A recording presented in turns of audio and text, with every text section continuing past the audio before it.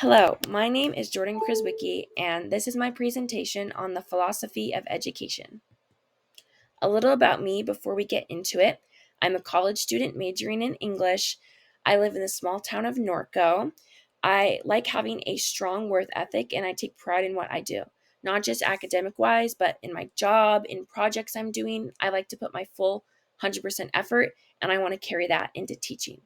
I like to appreciate the small moments of life and honestly just enjoy life and not take it for granted. I'm very family oriented, so I like to make time for my family, and I've always loved working with students or just kids in general and being able to teach them something and see the happiness on their face when they finally figure something out and learn it. So that's kind of when I want to go into teaching. My goal is to become a supportive, effective, and inspiring teacher that creates a welcoming environment for their students so that they can thrive academically, socially, and emotionally. Now, I've broken up my goal into sections on the right. I think that basic academics are essential for life. I want my students to just thrive to not just thrive in education and learn, but to see the value in it and feel confident in their abilities. With that said, I think school isn't just about learning academically, your writing, science, etc. It should be a place for learning life skills as well, like socialization, connections, collaboration, and also experiencing, because school takes up so many years of your life, so you want it to be a good experience. I want to feel fulfilled and proud of my role as an educator, and I understand the importance of my job because it's a huge responsibility. We're teaching kids so that they can be sent out into the real world and get jobs and grow as people. So it's so important that we take our job seriously. So I want to take that seriously.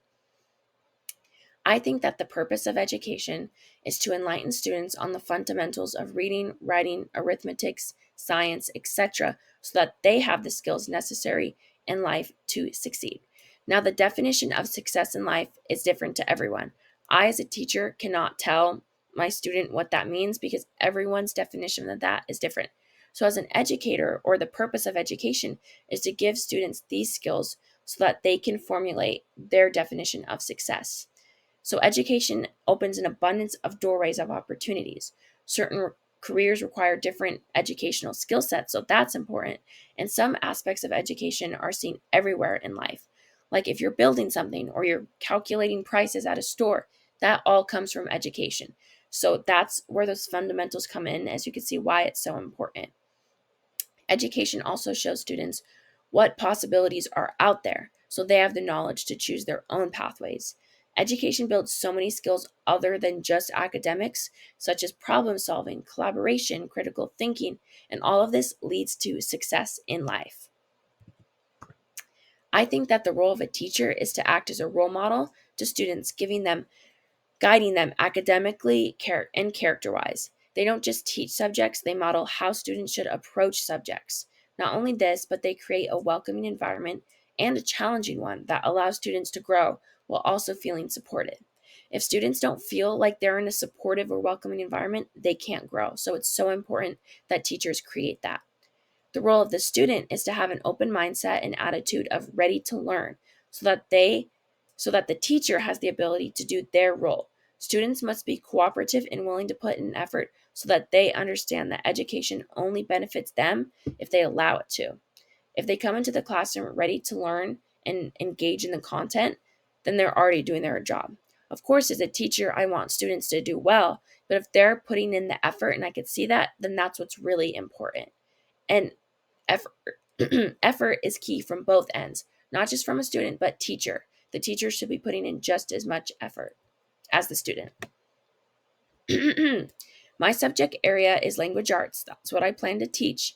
It's such a broad subject, meaning that there's endless possibilities under it. So, reading, writing, creativity, like that all has to do with language arts. So, students can read stories, learn from them, and even create their own.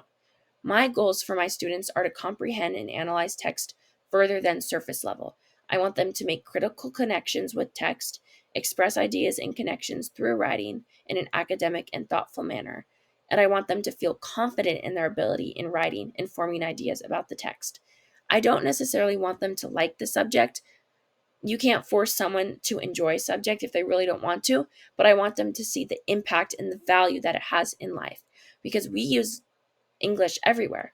We talk, we communicate, we read, we write. So it's so important that students see why that is important. I'm aiming to teach high school students, so that would mean I would teach students from ages 12 to 18.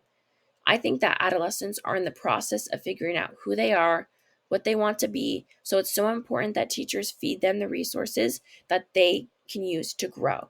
And honestly, adolescents think that they know everything and they think they have it all figured out.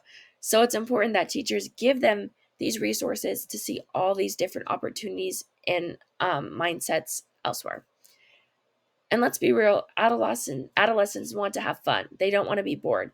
So I want my students to have engaging, fun, different ways of assignments so that they're not bored and they can see that learning can be fun and they can see the value of it. For teaching methods, I want my instruction to be personable so that it incorporates student experiences.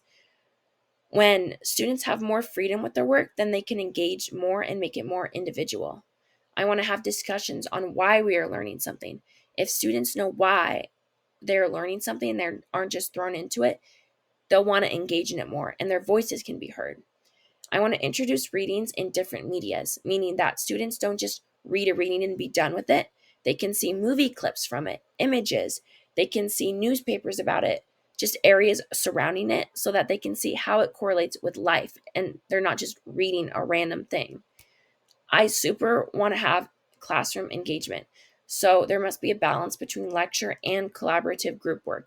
Students get bored easily, so being able to discuss in a group rather than strictly listen allows them to feel comfortable and be engaged. For entry level assessments, there can be an assessment with questions like, what vocab words do you know? What's your favorite story? And tell me about it, or read the story and analyze it so I can see as a teacher what my students' skill levels are at. For formative assessment, there can be quizzes at the end of readings to not only make sure that students are keeping up on the readings and paying attention, but I can see, are students grasping the concepts or do they need help with it? And for summative assessments, it can be a presentation on a big reading that the class did where they talk about what they think the reading means. They can make claims about it. They can connect it to other works, what they think the overall meaning is. So they can use a combination of skills and creativity to show what they learned in class so that they have academic freedom. It's not just writing a paper. So, in conclusion, I think the philosophy of education is giving the skill sets to students so that, wait, I think it froze. I don't know if this just froze right now. Anyways, the philosophy of education is to teach students these academics so that they can succeed in life and be not just great students, but great people in society. Thank you for listening.